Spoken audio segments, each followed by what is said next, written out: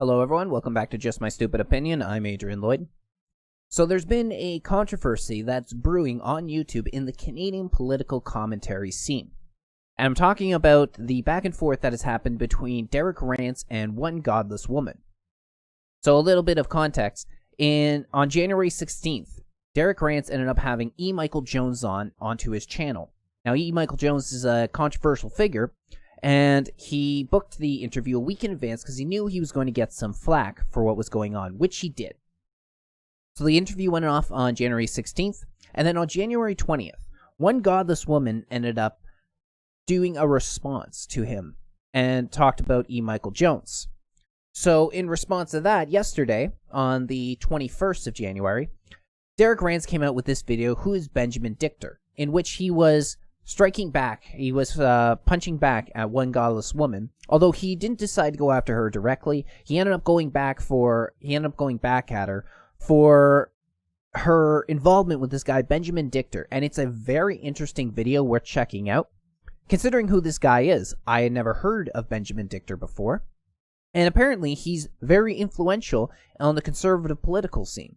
He has influenced the Conservative Party a lot. He has influenced even YouTubers as well, because in the video he goes on, Benjamin Dictor is very well involved with Tom Quiggin. I'm sure most people recognize that name.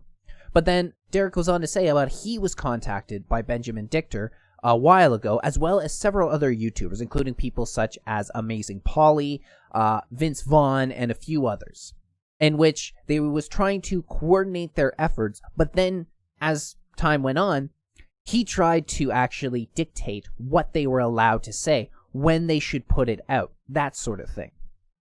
So a very interesting video, but I was unaware of what was going on until I saw Derek's video, this one here yesterday. So I went back and I watched one godless woman and what she had to say.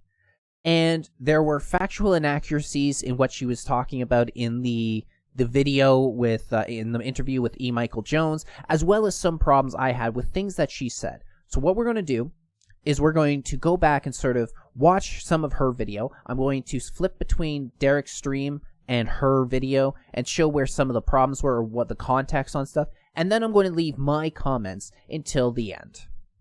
So here we go. This is the video she put out. Fostering Reciprocal Radicalization, January 20th, 2020. The boiling point.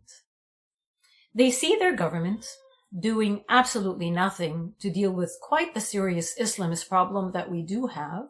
Their laws now favor special interest groups that include Islamists, and no one seems to be doing anything about it.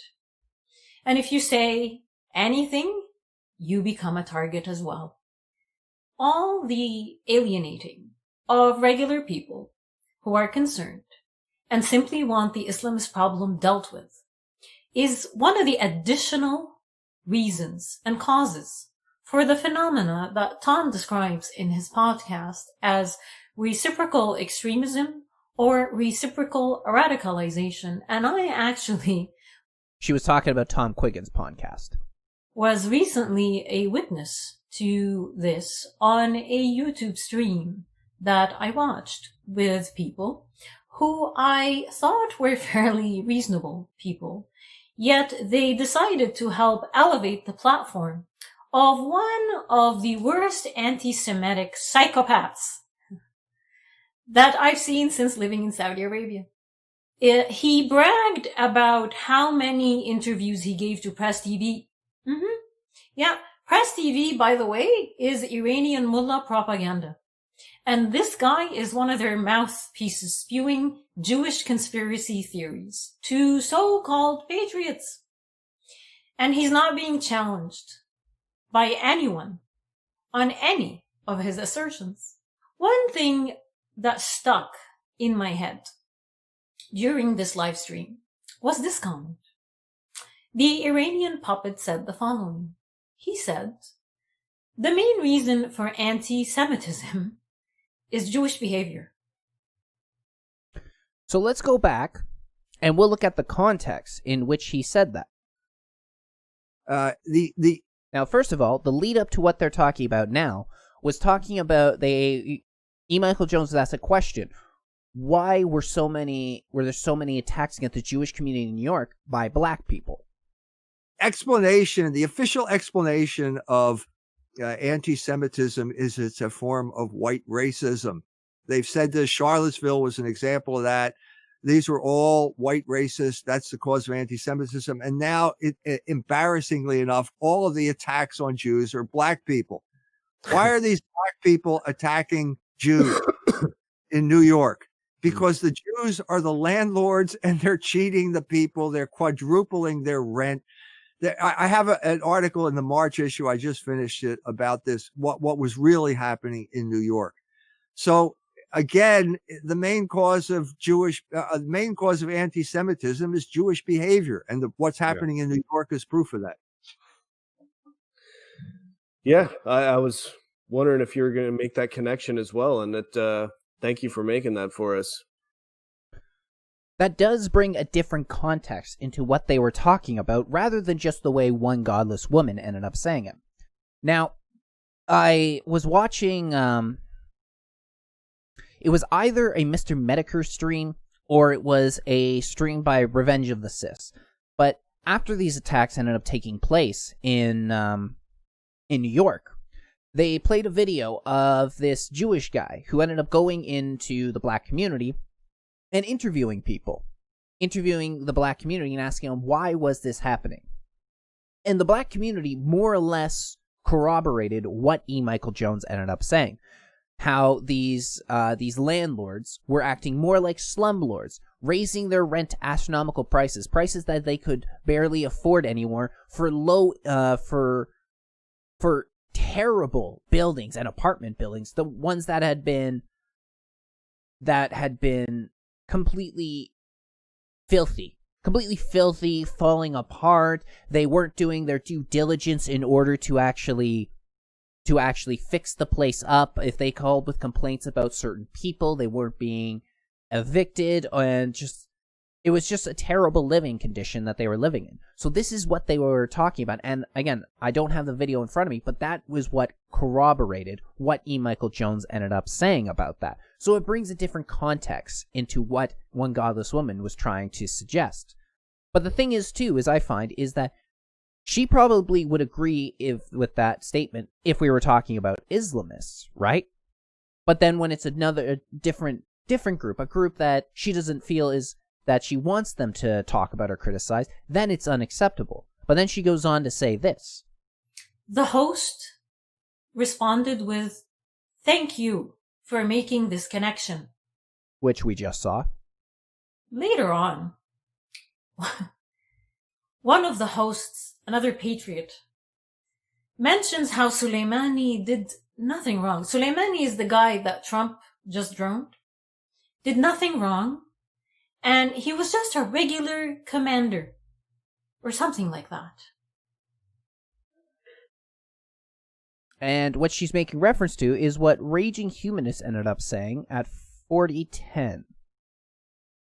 So, in this part, they're talking about the attack that Trump made on Soleimani, and then the response that came from the Iranians, the missile attack on the U.S. bases. Weird. It's almost like a deal was made. And Soleimani actually commanded a lot of troops that actually fought ISIS pretty savagely for quite a while in Right. Syria. Yeah. So, like, oh, yeah, he's not the best guy in the world, but I mean, throw a stick in that region of the world, you're going to hit murderers and crazy people. That's what that place is like over there. Okay. Like, he was bad. I'm like, they're a dime a dozen. There's 20 more of these guys for every one of them that you kill. So that's not really a good justification for that. That's not even close to how she presented it. She presented it as if Raging Humanist said Soleimani did nothing wrong, as if he was some sort of just a regular everyday guy in the military. That's not even close to what he ended up saying. But then she follows it up with this, a statement by Mitch McConnell. No man alive was more directly responsible for the deaths of more American service members than Qasem Soleimani, the leader of the Quds Force within Iran's Islamic Revolutionary Guard Corps. Soleimani's schemes and his agents killed hundreds of American service members in Iraq and Afghanistan. So, I find it a little ironic that she decides to use as a good, credible source for this Mitch McConnell, one of the most well-known neocons in the Republican Party, a man that is about war, war, war, as if he has good information, good justification to tell the truth on the matter. He's a politician. I don't think you can trust him at all. Now, this is more or less where I'm stopping with what she ended up saying. But there was one thing in particular that she brought up that really got me pissed when I watched this. And it was this here. One of the hosts, another patriot. Now, she used the quotation patriots, in order to describe not just Raising Humanists, but also Derek. So gets to decide what's a patriot, right? As a Canadian citizen, she gets to decide that. Or is she a Canadian citizen? I have only been able to settle myself in Canada partially. I have only managed to apply for my permanent residency card since my arrival here. I am not a citizen. Oh, you're not a citizen. From June 30th, 2019. You're not a citizen, but you know what it means to be a Canadian patriot. Is that it? You decide which Canadians are good Canadians, which ones are patriotic Canadians, and which ones aren't. You, from another country, born and raised in another country, who moved to Canada from Saudi Arabia, not yet achieved your citizenship, but you get to decide who is a patriot and who is a patriot, including one who fought in the Canadian Armed Forces. This was the thing that pissed me off, because I knew about One Godless Woman's history, didn't watch her stuff really that much, maybe a couple videos here and there, followed her on Twitter while she was on Twitter, but I knew that she came from Saudi Arabia. And the thing was, is when I watched that, it got me thinking. I was like, is she even a Canadian citizen? And then this was the video that was featured on the feature when you enter her channel. So I checked it out. I was wondering, how long has she been a Canadian citizen then? And it made me laugh that she has not yet achieved her citizenship.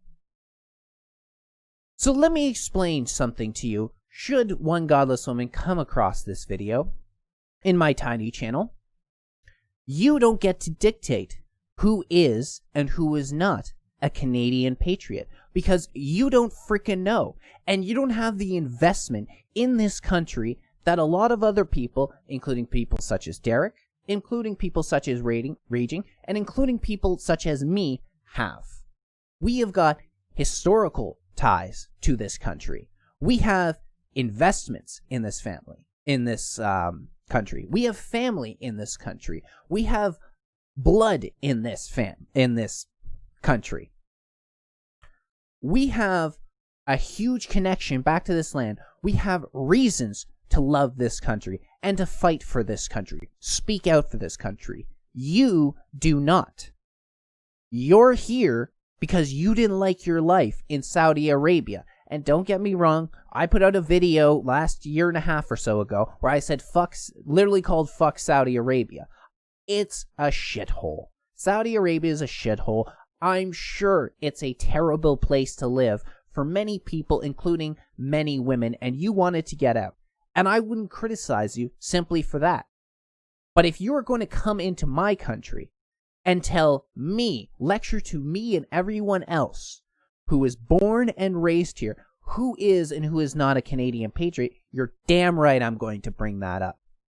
You don't know what patriotism is.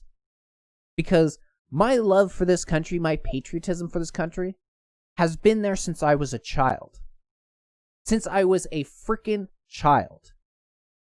You wouldn't know about that because you left your country of origin. You abandoned your country of origin.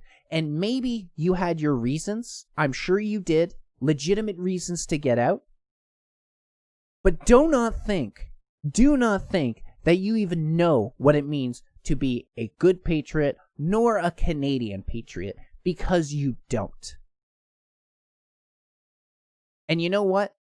I, on this channel, have been very critical of immigration. I have always said that I want to put the brakes on all immigration for more than one reason. But this is one reason.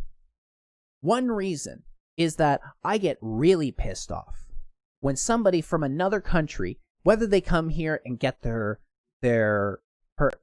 citizenship, is that they want to lecture to me how my country should be run. A country that I have an emotional investment in. This is one of the damn reasons that I want to put brakes on, as well as a few other things, which I've talked about, but I'm not going to get too heavily into that today. But personally, I have never put as much stock in somebody who came to Canada, filled out some paperwork, stayed a little bit, maybe filled out a test, and then achieved their citizenship, compared to somebody who actually was born and raised here as a Canadian citizen. Because the difference is between someone like me and somebody like Raging or Derek or one of these other Canadian patriots out there, one godless woman, is that when the going gets tough in our country, we'll be there to fight for our country. I'm not going anywhere. I was born in Canada. I was raised in Canada. I will die in Canada. And even if I am thrown into the prison camps, even if I am ostracized from the public because my views now are considered too extreme, I will be there to fight for my country. Because that's what it means to be a patriot. And I know that there are thousands, probably millions more Canadians that will do the same. But you can't say the same, can you? You didn't try and better your country. You didn't try and fight for your country. You abandoned your country. So that's the difference between someone like us and someone like you. I also am very suspicious of somebody that is that resistant to talk about Israel and Jewish people's influence in Canada or around the world, America, because you can't deny it. Look how much power AIPAC has in the United States.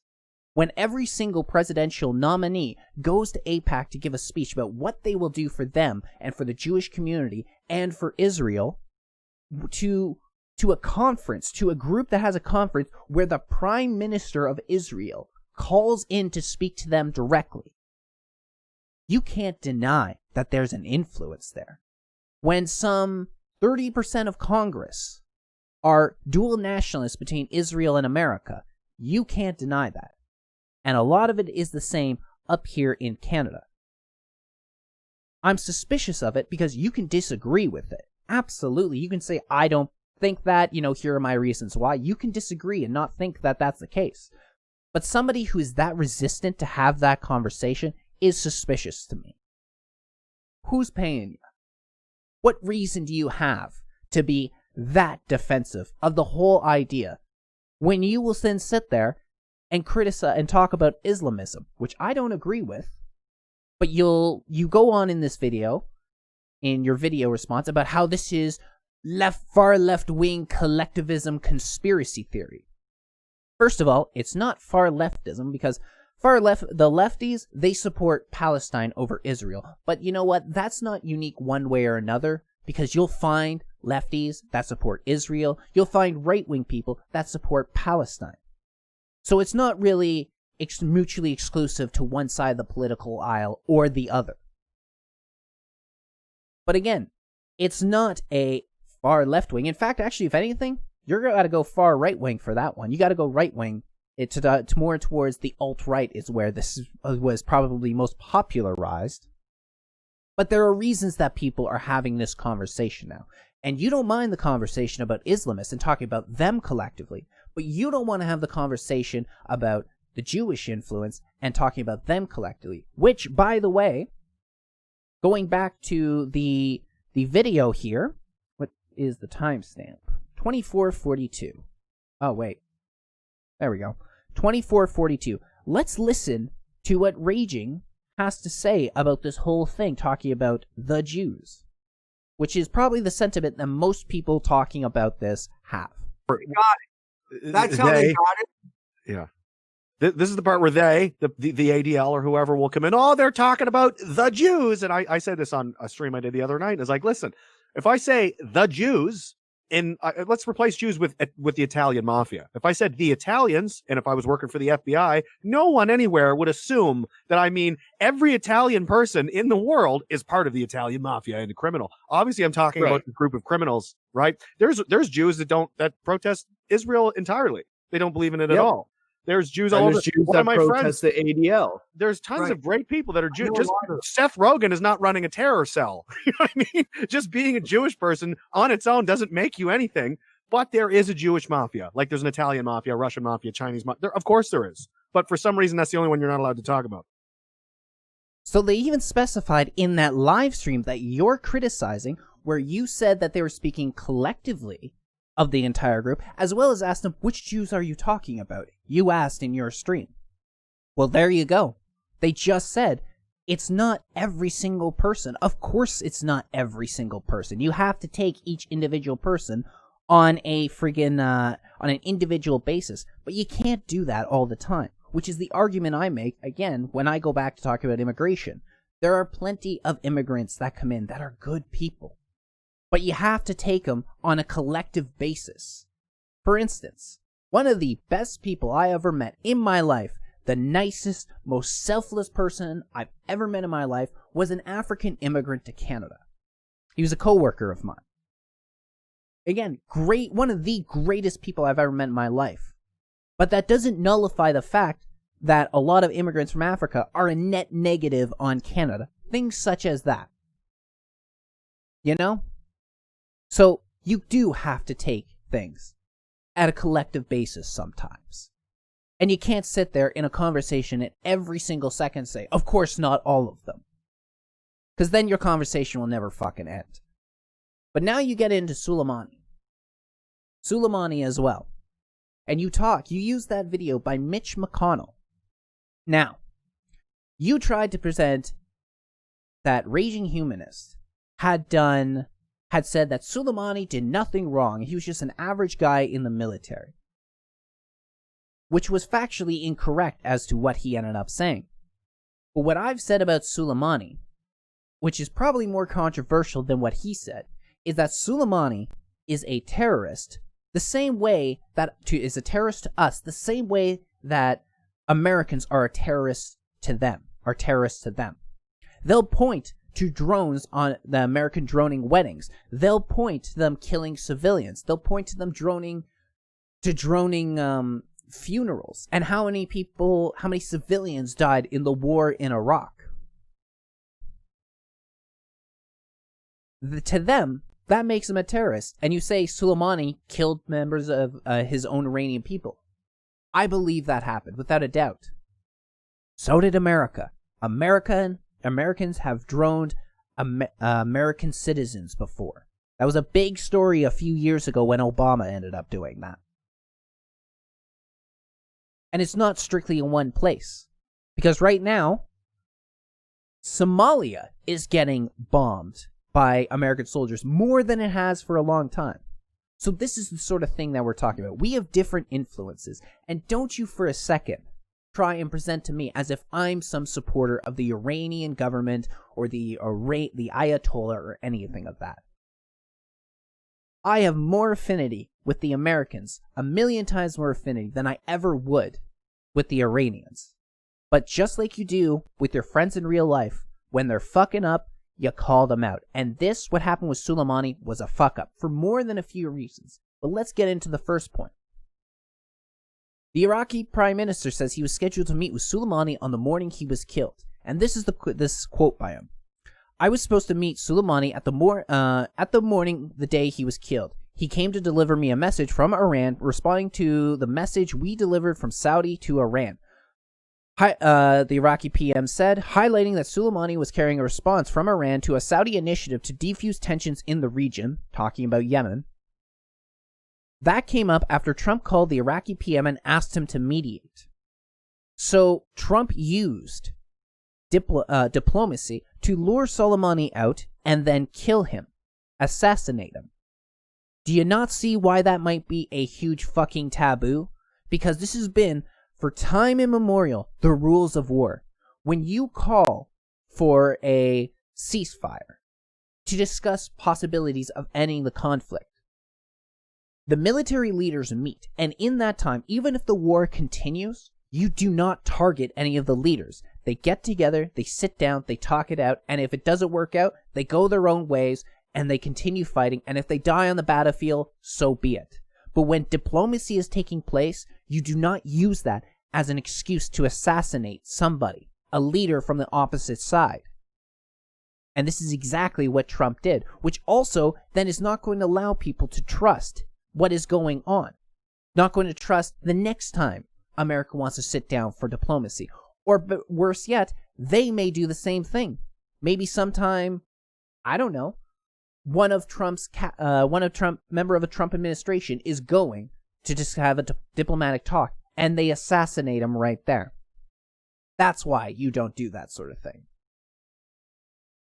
And then there was Mitch McConnell, talking about the 600 Americans dead. Now, first of all, this happened during the Iraq War, right? Starting in 2003? Then let me ask you this. That picture you're seeing right there is of Soleimani at the Second Battle of Tikrit with American soldiers. They worked together to fight ISIS. And here we can see it. You can see it over here. Second Battle of Tikrit from 2nd of March to 17th of April 2015. Belligerents: Iraq, Iran, United States, United Kingdom, and France worked together against the Islamic State of Iraq and the Levant and the Ba'ath Party loyalists. In 2015, so why were they working with Soleimani if he had murdered 600 American soldiers, which we're going to get into again, because this has been used as a justification for war. So why would they be working with Soleimani then? They could have told Soleimani to go fuck himself. You think the Americans, the British, and the French people couldn't have handled that themselves, their militaries? They would have been fine. But they worked with Iran and Soleimani in order to take out ISIS. And don't give me the enemy of my enemy is my friend. You do that when you are necessary to join forces. And you don't like the people, and you use, well, the enemy of my enemy is my friend. You don't do that when you can easily overwhelm the enemy force. But then, why do they say that 600 American soldiers were killed during the Iraq War by Iran? This is from truthout.org. Lies about Iran killing U.S. troops in Iraq are employed to justify war. This talking point was started by Dick Cheney, the war hawk. He started it because after the war with Iraq ended up starting in 2003, he wanted to use the U.S. Air Force to attack Iranian targets in Iran. He had made up this strategy, and he brought it before the Joint Chiefs of the Defense Staff and presented it to them, and they were unanimously rejected it. But he wanted to start a war with Iran before the end of President Bush's administration. So then he started going out and telling people that, a bunch of these deaths of U.S. servicemen in Iraq, the invading force, they were actually killed by Iran, by these IEDs that were put together. But this article goes on to show how that wasn't the case, about how this was a lie perpetuated by Dick Cheney simply for war, and that the IEDs that they're making reference to, the explosive form penetrators, you couldn't trace their fingerprints back to Iran, because it was Hezbollah that has actually been the experts at working with these. They had been since the Second Intifada in 2000. They had the C4 that was used in many of these IEDs. The batch number matched a cache of C4 that was found on a Hezbollah ship And it's the same batch number, which means it came from the same time period, which was given to them by Hezbollah. And even some of the factories that created these IEDs, they were found in Iraq, and their supplies, what they needed in order to build these, came from the United Arab Emirates and other Arab countries. But you pretty much couldn't trace it back itself to Iran. Most likely it came from Saudi Arabia, if anything. Maybe, because these were Shiite militias. Which again is kind of funny, because it was the Shiite militias that they were making reference to. Iran is a Shiite country, Saudi Arabia is a Sunni country. Now, of these 600 troops that were killed, that made to be about 17% of all of the deaths in the Iraq War, killed by Shiite militias.